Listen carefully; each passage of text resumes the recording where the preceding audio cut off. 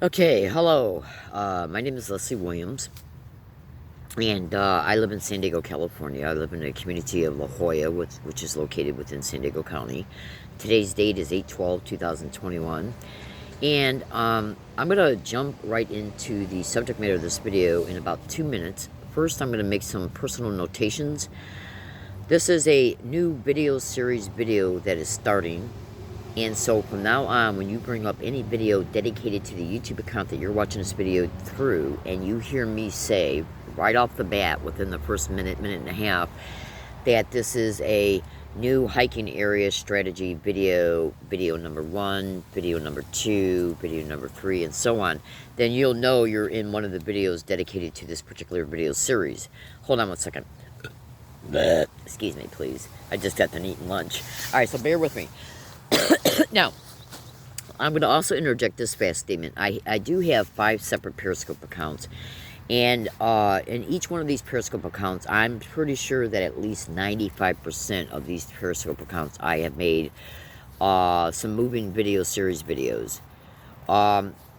This particular video series can be considered as an addendum in case anything happens that I've discussed in those Periscope videos. In real time from this date forward, because if they do something that I predicted in those videos, then it will continue to help me showcase that there's no way that specific identical things could be going on, or specific things can be going on that I've discussed in videos that have published dates after the videos are published.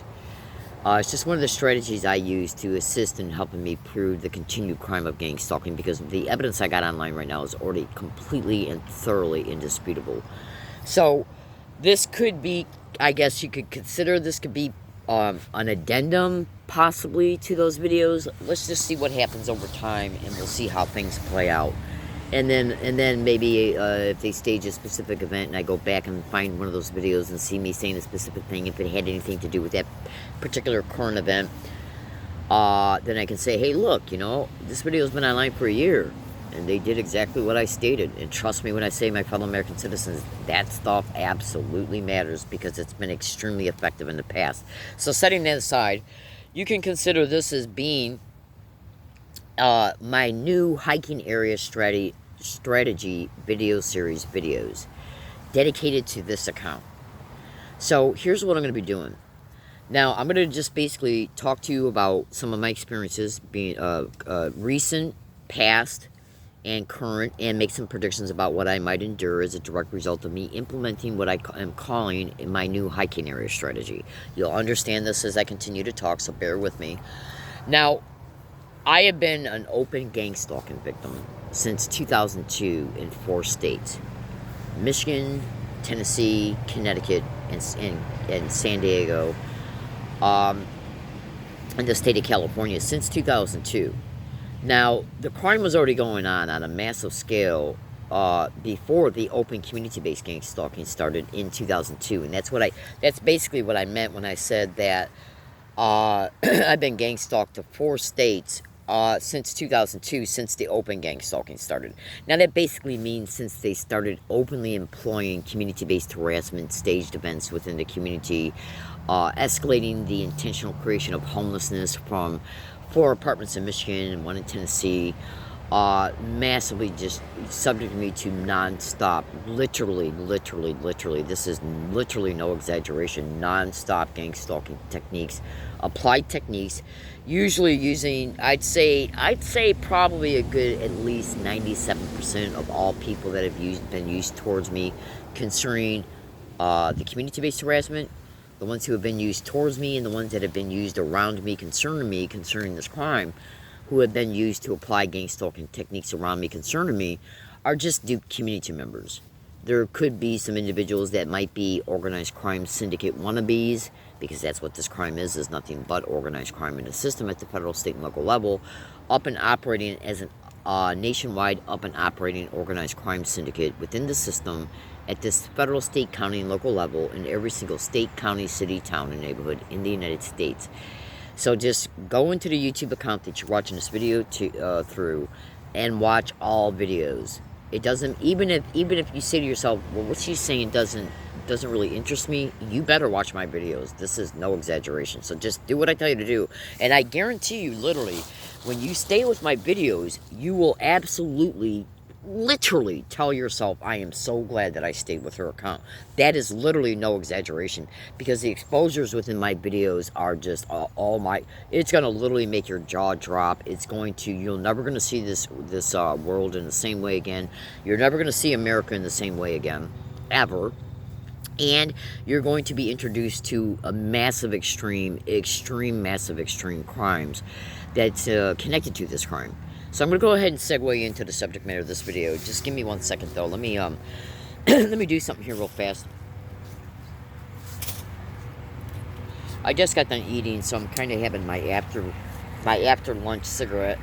Now, as a direct result of this crime intentionally making me homeless from 4 apartments in Michigan and 1 in Tennessee, I decided to just give up on renting apartments, because I'm not going to go through thousands of dollars of getting it, keeping it, buying things for it, and then losing it, and going through nothing but non-stop hell every single second of while I'm there. Because that's another aspect of gang stalking. Remember, this is not a video to educate you about the crime of gang stalking. This is a personal video that I'm making in order to introduce you to my new hiking area strategy that I am forced to employ. And you should also know this. Once you're a gang stalking victim, you're going to remain a gang stalking victim. Okay? Which is why you got tens of thousands of victims of this crime all over the internet daily, pleading and begging for help, and not one victim is getting any help at the city, county, or state, or federal level. Not one. Not one. This crime has been massively reported on national radio shows, different national radio shows on different dates, including ones I've been on. So you need to just stay with this account. Please just stay with this account. I guarantee you, literally, you'll be glad you did. That is no joke. So, check this out. Now, so why keep getting apartments and going through hell while I'm living there just to be made homeless from them? And this crime will intentionally let you know that everything you endure at the apartment complex and the creation of the homelessness of you from it will be done intentionally through gang stalking. This is a crime that has many ways to creatively, intentionally, overtly, and even covertly let you know that everything you're enduring through it is because of this crime, including the creation of the homelessness from the apartment and everything you endure in it. Buying through every technique they apply, and buying through the covert colluding relationships that they form with landlords, fellow tenants, and much, much, much, much more. So, now, I just said fuck this, because excuse my language, I apologize for that. I just said screw this. I'm not going to continue to go through thousands and thousands and thousands of dollars just to get an apartment, go through hell every second while I'm living there, and then lose it, and then go through all that shit of carrying my shit back to wooded areas. Okay, and then and just end up homeless again. Now, I want you to listen to me. I arrived in San Diego from Connecticut on August 8, 2011. Okay, I took a Greyhound bus and 1 or 2 Amtrak trains to get from Connecticut to San Diego. I arrived in San Diego 1 day late in reference to my original scheduled arrival date, which was the 7th. Didn't arrive until the 8th, 2011, August 8, 2011.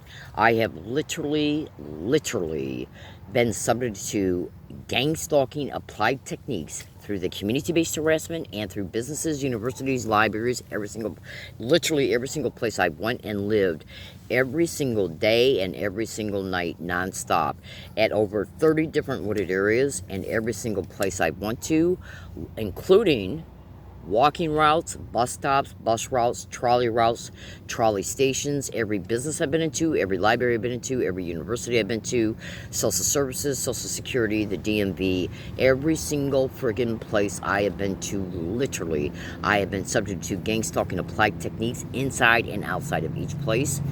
For the entire time duration of while I was at each place, I've endured this crime most of the time. Also, I'd say at least 98.99% of the time, every time I'm walking up the street going back and forth to bus stops, I've endured it 99% of the time at all bus stops, all bus routes, all trolley stations, all trolley routes.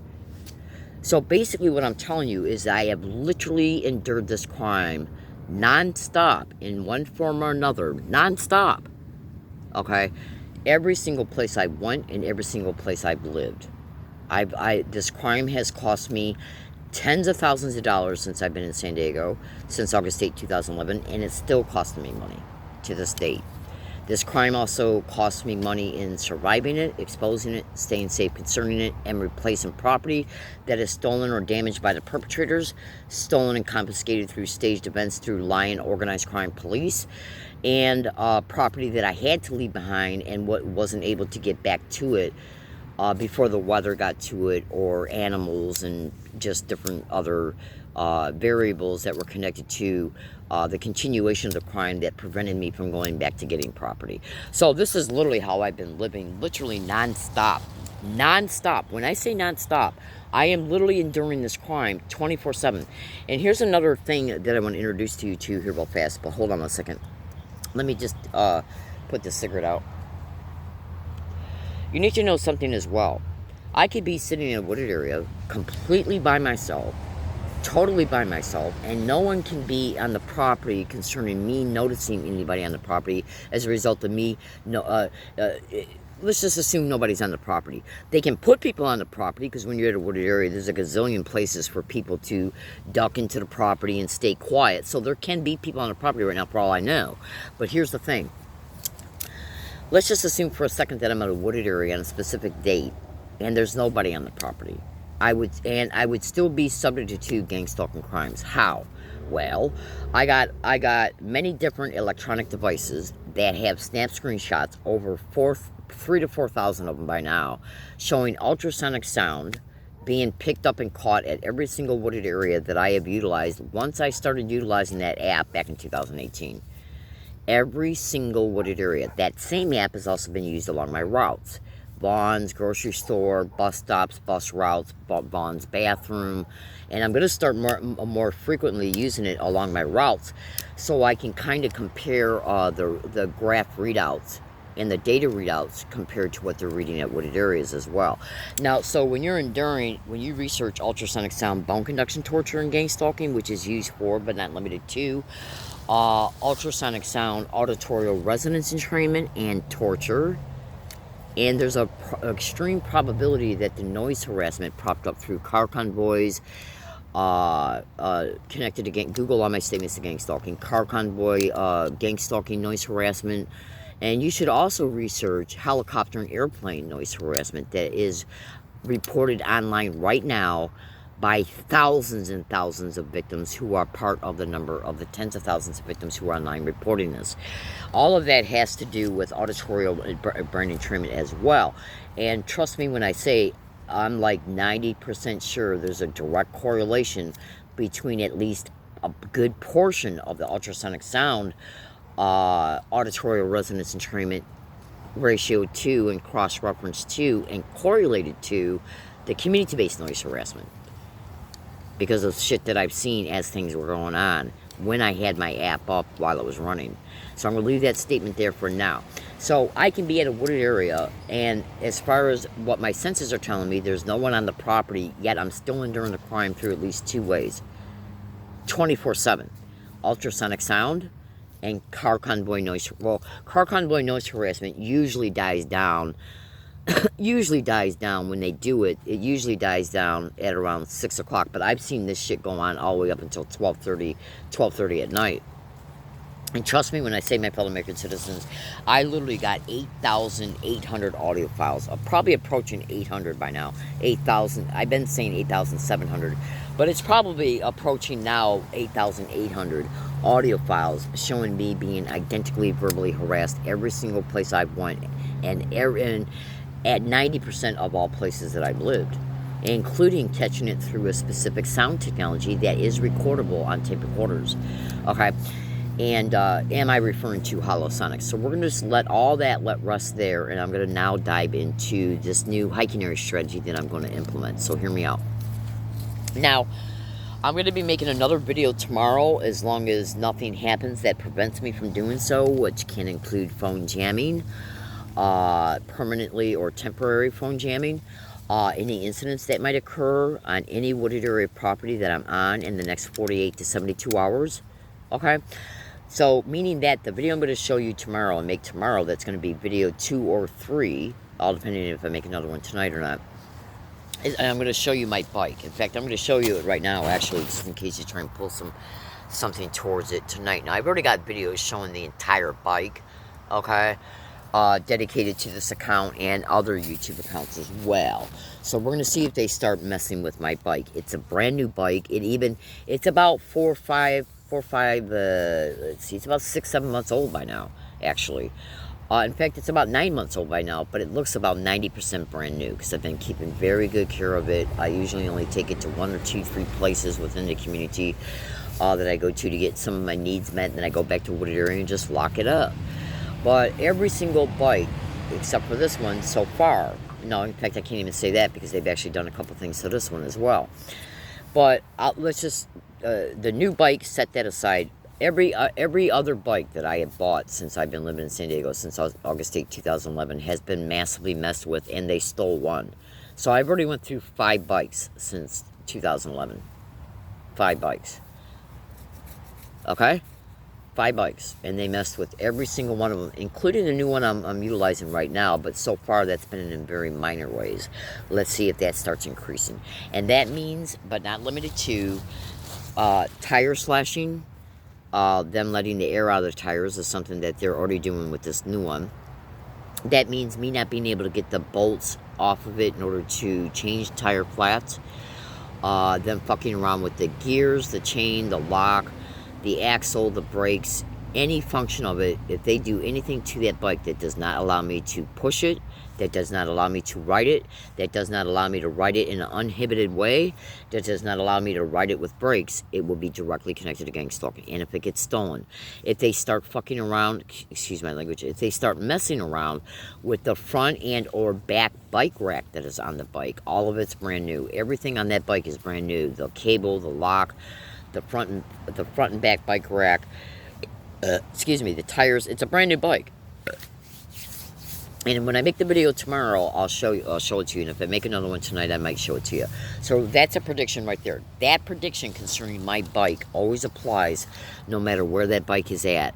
For every single day of every single week of every single month of every single year, no matter where that bike is at. And that includes my bike miraculously falling off of an MTS bus on any and all dates. You just would not believe what I know, my fellow American citizens. And trust me when I say, if you have walked with me every single second of what I have went through since August 8, 2011 out here in San Diego, you would totally understand why I make every single second of every single statement that I make. You would understand it completely. It is just, what is going on is just so extremely demonically depraved evil. It literally cannot be mathematically quantified. Literally, and that is no exaggeration.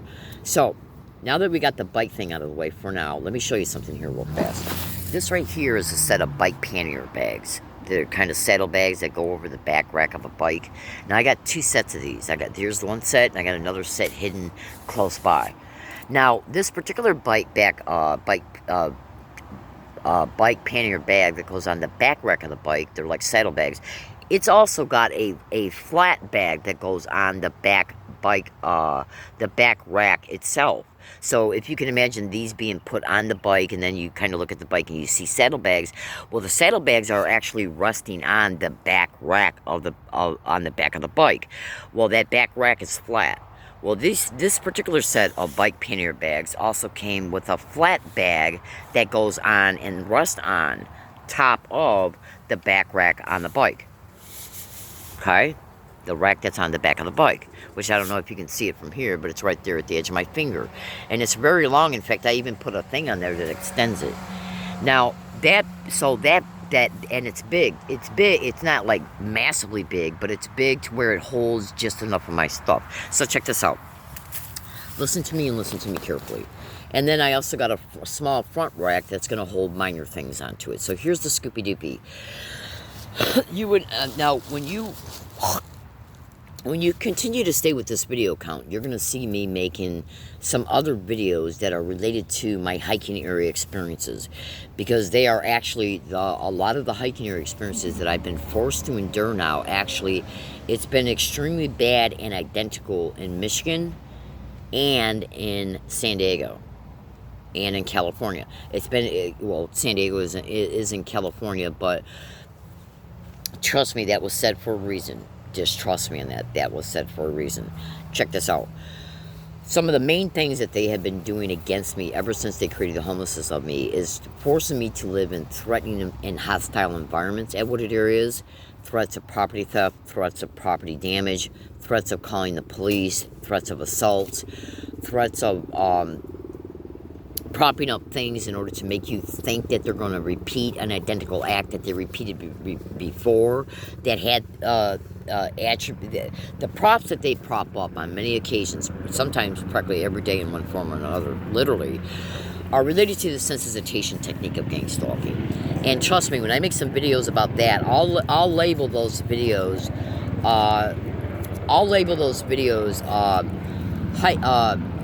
Hiking video series video. This video series video can be considered, and gang stalking. This video series videos can be considered employing the new hiking area strategy video series videos, gang stalking, crime San Diego. Okay? So when you see any updated videos in the YouTube account you're watching this video through, when you see me saying at the beginning, okay, this is a hiking area video, that's going to be a video dedicated to that particular video series, because in those videos I'm going to start really detailing to you what these sick, filthy, mass murdering, raping, gang raping whores have been doing to me non-stop in San Diego since August 8, 2011, and what they did in Michigan. Okay? Because in Connecticut, I wasn't in Connecticut a real long time. I saw some extremely similar attributes that it appeared that they were going to probably try and start the same bullshit in Connecticut, but I wasn't in Connecticut that long. And when I was in Tennessee, I had an apartment. Okay? So I had apartments in Michigan, then they made me homeless in Michigan, so I was homeless for a while in Michigan. Then I left Michigan, and then, so all that stuff will be discussed in upcoming videos. You definitely want to stay with this YouTube account. Make no mistake about it, you definitely want to stay with it. Now, when you see any videos that aren't titled yet, that's why I go out of my way to name what the video is going to be about at the beginning of it. So in case you go in and you say, okay, where's the next video at, and you don't see no titles, just bring the videos up. Okay, just bring the videos up, because I'll say at the beginning, this is a new hiking area strategy video, video number 2, or video number 3 or 4. This is a hiking area video, video number 1, 2, 3, or 4. And then that way you'll know that you're in the right type of video, because this crime is keeping me so busy. I literally, it compromises my schedules every day nonstop, in one form or another, including impacting it in huge ways. Okay, so what I'm going to be doing in the morning at wooded areas with these back rack bike pannier bags is I'm going to be getting up in the morning, and I'm going to be rolling up my snow pants, okay, my sweatshirts, things that I sleep in, my snow pants, my sweatshirts, my sleeping socks, my sleeping hats, what I use for a pillow, and a few other items. They're going to be rolled up in rubber bands that I already have dedicated for that. And then what I'm going to do is I'm going to put a black garbage bag in each one of these different, because there's 2 saddlebags, okay? So I'm going to put a black garbage bag in each one of those black pannier bags. And then I'm going to get out some darker bags that would blend in with the landscape. And you'll understand that when I get into video 2 and 3 and 4 and stuff like that. You'll understand that more better. Like this type of bag that's brown. Okay, and bags that are darker than that, because they're more easily hideable at wooded areas, so they don't, widely stick out like the color white or orange or green would. Okay, now, so what I'm going to do is, after I roll up everything, the sleeping bag, the snow pants, the sweatshirts, the socks, the hats, I'm going to roll them up very tightly within rubber bands, and then I'm going to put each item in a hierarchical order within the saddlebags, so that when the first thing I get out will be the first thing that needs to go into the tent, and then the last thing that gets out will be the things that will go on top of the things that need to go into the tent first, like sleeping bag goes in first, and so on. Okay? And then the pajamas and everything go on top of it. Now, you'll understand why I'm telling you all this in a minute. In fact, I might even go ahead and make video 2 right after I make this video. Hold on. Excuse me, please. So, so when I'm at wooded areas during the day, this is what I will be doing, unless the only reason why I won't take down my tent in the morning and do these things that I just mentioned is that if I'm sick, and or if it's raining, and or if it's projected to rain on that day, because I don't like putting up my tent right in the middle of a rainstorm, because then the inside of it gets all wet, and my clothes that I'm wearing get wet, and then the garbage bags that I like to keep dry that I put my stuff in gets wet. So you know, just stay with me. So anyway, so what I'm going to be doing every morning is I'm going to be getting up, and I'm going to be taking the water out of my tent. I'm going to be rolling up all this stuff and putting them in my back pannier, my back rack bike pannier bags. And they're going to go, and then once I get the tent taken down, the bike pannier bags are going to go on the bike, and the bike is going to stay locked up. Now, that's what my area is going to look like during the day, except on days where I'm sick, and except on days where it's raining or projected to rain, in a way to where it would interfere with my things getting wet if I had to put them up. Because I try to put my tent up at the very latest possible hour. If it doesn't get dark out until 8 o'clock, then I try to wait until 6. Okay? Hold on a second. If it, you know, I try to wait until 6 o'clock to put it up. So anyways, during the summer months, when it doesn't get dark till 8 o'clock, I won't be putting my tent up until at least like 5 o'clock is when I'll probably start putting it up. And when I continue to make my other videos, you'll understand why I'm saying that. And trust me, you'll understand it. Now, in the winter hours, it gets a lot darker out. It gets dark out a lot earlier at 5:30 instead of 8 o'clock. So that means I'll be putting my tent up at like 3:30 during the winter hours. And those winter hours usually start in San Diego by late September. It already starts, it already starts getting darker out earlier by the 3rd week of September, if memory serves me correctly. So that means then, every single morning, no matter what wooded area I'm at, what I'll be doing in the morning, as soon as I wake up, go to the bathroom, have a cigarette, get some water in me, pick up the things in my, you know, wrap up the stuff that's in the tent, okay, and put it in those little bags, and then put those little bags in 2 black garbage bags, set those black garbage bags outside the tent, get up, take the tent down, fold it up, put it in my backpack, okay, or duffel bag, and then put those black bags in my bike pannier bags, and then put the bike pannier bags on the bike. Okay, and I do have a combination lock to make sure that the bike pannier bags cannot be grabbed off the bike rack. That will be gotten out here in the next 10 days, and I'll start utilizing that. Now, that's going to be done on days when I stay at the wooded area during the day. And the reason why I'm doing that is because these little sick, filthy whores, these absolute criminally insane, demented, depraved, extremely evil, depraved, satanic rats who are hosting this crime. And trust me, oh my gosh, when I start really throwing down and exposing what these little psycho whores have been doing to me nonstop for 10 straight fucking years, and please excuse my language, because I literally usually don't swear. I've been swearing a little bit lately in my videos, but I usually don't swear. But check this out. It's now August 12th, 2021. I arrived in San Diego from Connecticut on August 8th, 2011. And again, I have literally been subject to this crime every single second. Everywhere I have went, nonstop for the entire time duration while I was at each place in one form or another, continually, okay?